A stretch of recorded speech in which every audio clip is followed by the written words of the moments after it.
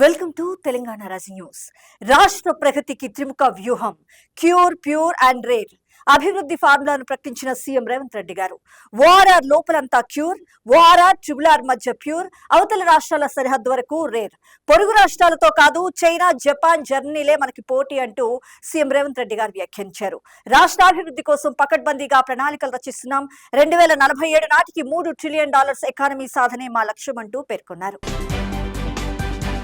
ఇక్కడ మరొక ముఖ్యమైన అంశం చూస్తున్నాం. విశ్వవేదికపై తెలంగాణ ఖ్యాతిని చాటేలా తెలంగాణ రైజింగ్ 2047 విజన్ డాక్యుమెంట్ కు ప్రధాని నరేంద్ర మోడీ, కాంగ్రెస్ పార్టీ అగ్రనేత గౌరవశ్రీ రాహుల్ గాంధీ గారిని, కాంగ్రెస్ పార్టీ అధ్యక్షులు మల్లికార్జున్ ఖర్గే గారిని స్వయంగా ఆహ్వానించనున్నారు సీఎం రేవంత్ రెడ్డి గారు. తెలంగాణ రైజింగ్ గ్లోబల్ సమిట్ కు జాతీయ, అంతర్జాతీయ ప్రతినిధులను ఆహ్వానించాలని రాష్ట్ర ప్రభుత్వం నిర్ణయించింది. కేంద్ర మంత్రులు, అన్ని రాష్ట్రాల ముఖ్యమంత్రులు, ప్రముఖ పారిశ్రామికవేత్తలు, ఆర్థికవేత్తలు, క్రీడాకారులు, మీడియా ముఖ్యులు, దౌత్యవేత్తలు, వివిధ రంగాల నిపుణులతో సహా రాష్ట్ర ప్రభుత్వం అందరినీ ఆహ్వానించనుంది.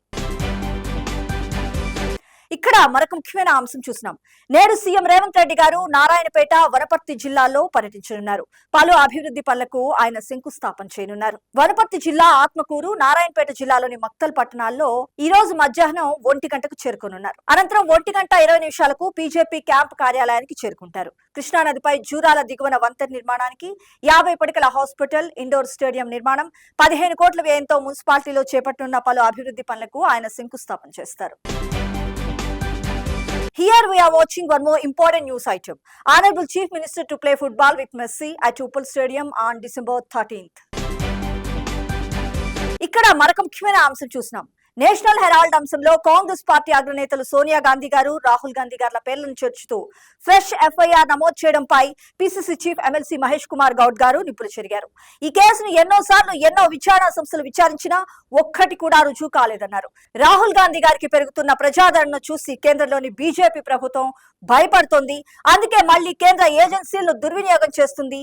రాజకీయ ప్రతీకారం మాత్రమే దీనికి కారణమంటూ వ్యాఖ్యానించారు. ఇక్కడ మరొక ముఖ్యమైన అంశం చూసినాం.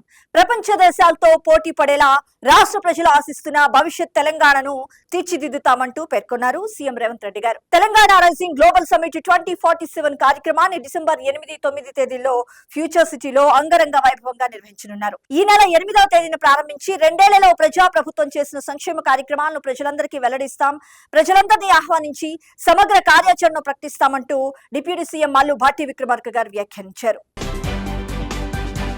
ఇక్కడ మరొక ముఖ్యమైన అంశం చూసినాం. మహిళల కోసం ఎంఎస్ఎంఈ పార్కులు ప్రతి నియోజకవర్గంలో ఒక్కోటి అభివృద్ధి చేసేలా పక్కాగా ప్రణాళికలంటూ పేర్కొన్నారు మంత్రి దుద్దిళ్ల శ్రీధర్ బాబు గారు. మహిళా సాధికారత మొదట ఇంటి నుంచే మొదలవ్వాలి. వి ఎనేబుల్ గ్రాడ్యుయేషన్ వేడుకలో మంత్రి దుద్దిళ్ల శ్రీధర్ బాబు గారు మాట్లాడుతూ రాష్ట్ర ఆర్థిక వ్యవస్థను $3 ట్రిలియన్ కు చేర్చాలన్న లక్ష్య సాధనలో మహిళలందరినీ భాగస్వాములను చేస్తామంటూ పేర్కొన్నారు. ఇక్కడ మరొక ముఖ్యమైన అంశం చూసినాం.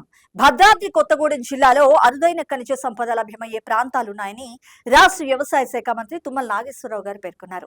అందుకే కొత్తగూడెం ఎర్త్ సైన్సెస్ యూనివర్సిటీ స్థాపనకు అత్యుత్తమ ప్రదేశంగా నిలిచిందంటూ వ్యాఖ్యానించారు. డిసెంబర్ 2వ తేదీన ముఖ్యమంత్రి రేవంత్ రెడ్డి గారి చేతుల మీదుగా కొత్తగూడెంలోని ఎర్త్ సైన్సెస్ యూనివర్సిటీ ప్రారంభోత్సవం అనంతరం భారీ బహిరంగ సభ ఉంటుందంటూ తెలిపారు.